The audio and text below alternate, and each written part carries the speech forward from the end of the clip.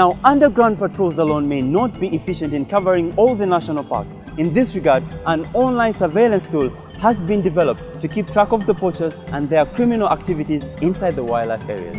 The Wildlife Conservation Society and Uganda Wildlife Authority have collaborated to produce an online tool that will allow law enforcement officers to access a database to track offenders of wildlife crime in real time and across the country.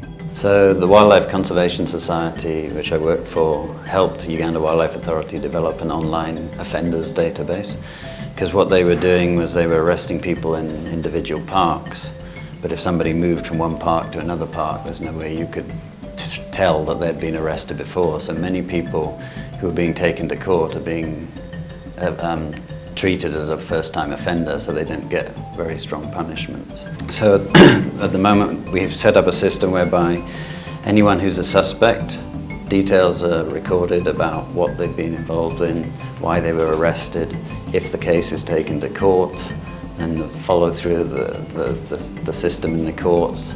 But in future, I think it's going to become more and more valuable as you get more and more information put into the database. So the database consists of 3 main tables. One for suspects, which is basically anyone who's found in the park who shouldn't be there. Data's collected on those people, where they come from, where they were found in the park, what they were doing. Then if they're actually arrested and taken to court, there's an arrest table where the details about the case are put in.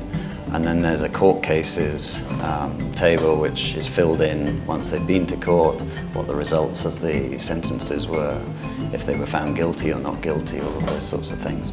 And then there's different ways of summarizing the information, very easily producing automatic tables, as well as a table extract where you can just extract any of the data into a CSV file and export it to Excel or something.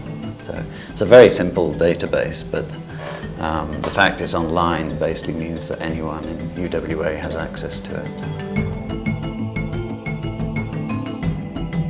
Next time on the show, we talk to a network of professionals who are using their training to ensure timely investigation, prosecution and reporting of wildlife crime in Uganda.